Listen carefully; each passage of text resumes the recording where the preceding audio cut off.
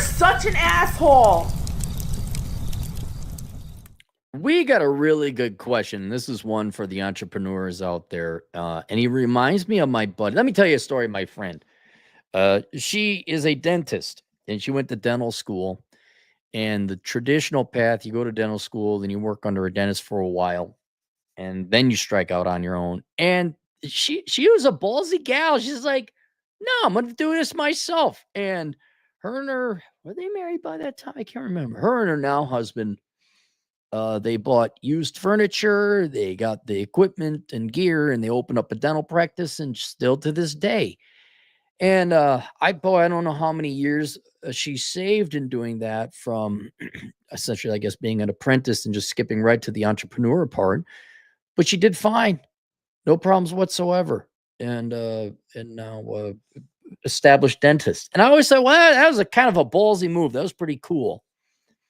And inevitably comes that point that an entrepreneur, like someone who's an aspiring entrepreneur, am I ready for this? You're going to have to go one way or the other.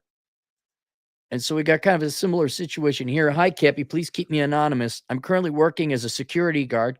There we go. There we go. He's one of us. In a major European metro.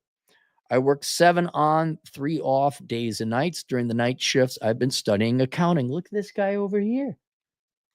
So far, I've got a QuickBooks certification and the first of 2 other certifications, level 2. I don't want to mention what they are because I don't want to identify, because there's not that many security guards working that unique of a shift, studying accounting, living in that particular major metro, right?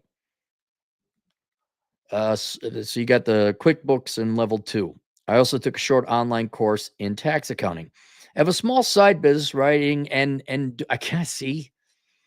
It's very unique. There's millions of security guards. There's only one of you with this combination of background and hobbies. He's got a small side business, which turns over a few grand per year in royalties with the odd invoice for services rendered. Keep doing that, man. You never know when one of those royalty deals is going to hit.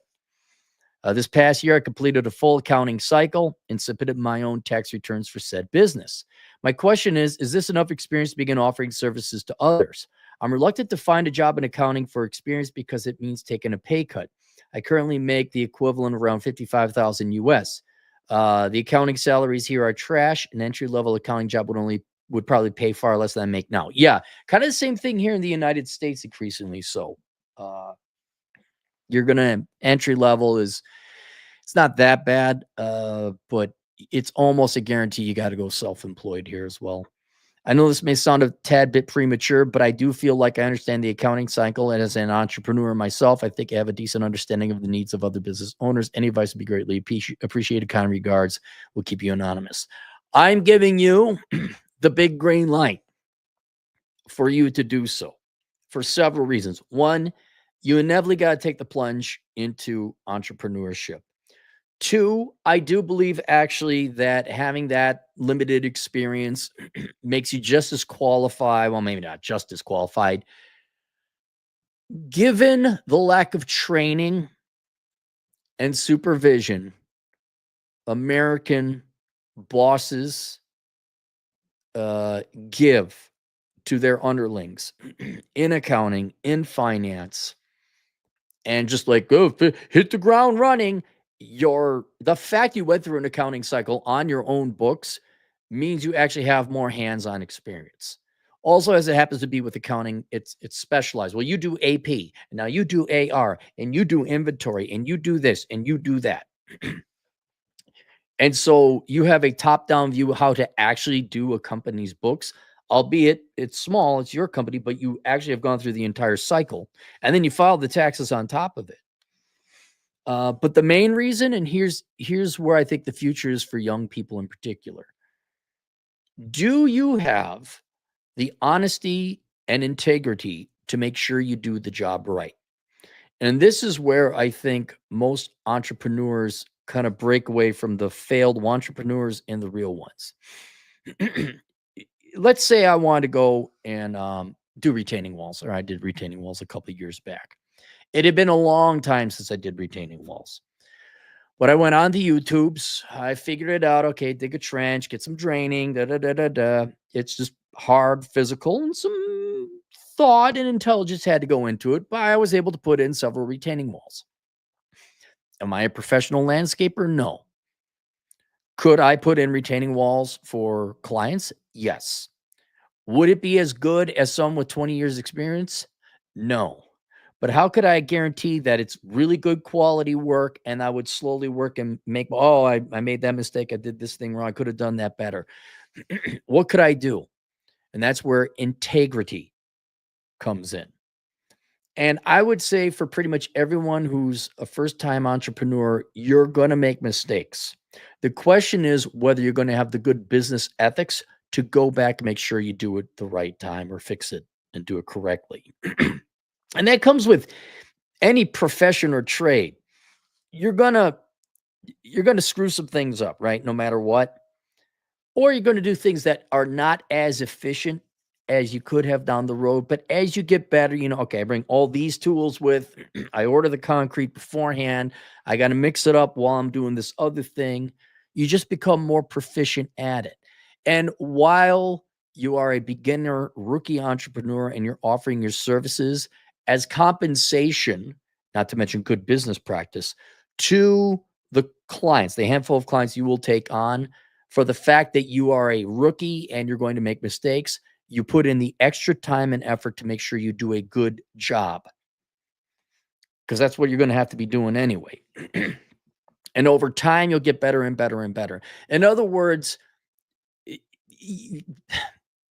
yeah, some things you probably shouldn't go into in doing entrepreneurship right off the bat. Sometimes you should. I'd imagine, I don't know. Nothing's coming to mind now.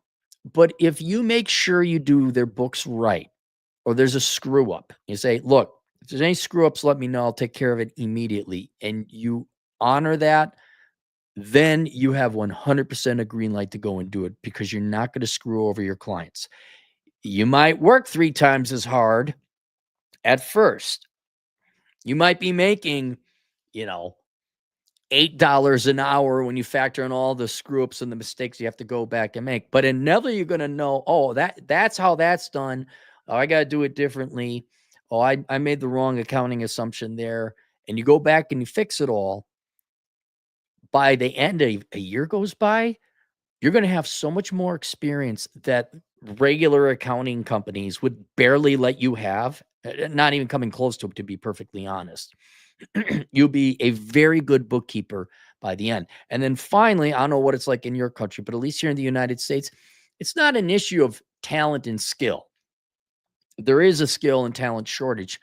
Dude, there's no honor or integrity. People don't show up on time. They don't do their job right. They try and fuck people over. They're lazy. If you do again, honor and integrity. I know it's boring. I know it's very Japanese, but to have honor and have integrity, that is what's going to make sure that your product is better than everyone else's or most people's and is going to have a good business reputation so that you're the one who, it's not infeasible 5 years down the road. You're working very hard. You get some reputation like, yeah, this guy came in and he screwed something up and he spent the next 2 weeks fixing it and then charge us. That's some honor. That's that guy. I trust this guy. And then they're going to recommend you and your marketing is taken care of. It's taken care of because you do good and honest work. And in 5 years, all of a sudden you got more work than you can handle. It's not because like, oh, he does payroll real well. It's that you do it right and you come back and do all the other stuff. Like they don't have any problems. They're gonna say, this is the guy. He's the guy. And now you can start charging a premium. And so that's what I absolutely would. But your first handful of clients, well, be intelligent about it. Don't go ape shit with your don't take on some big multi-million-dollar thing, right? Find a mom and pop store, find something very, very doable. So if you do screw it up, you're not redoing 1,000 accounts or something like that. Start off small, get used to it, then expand. maybe slightly larger. Oh, okay. I screwed that up. I do it differently this way. And then all of a sudden you got yourself a nice little portfolio of clients, and some of which might be larger clients. And then all of a sudden you're looking, oh, maybe I got to hire somebody. Or maybe not. Maybe you're okay making your 120 grand a year.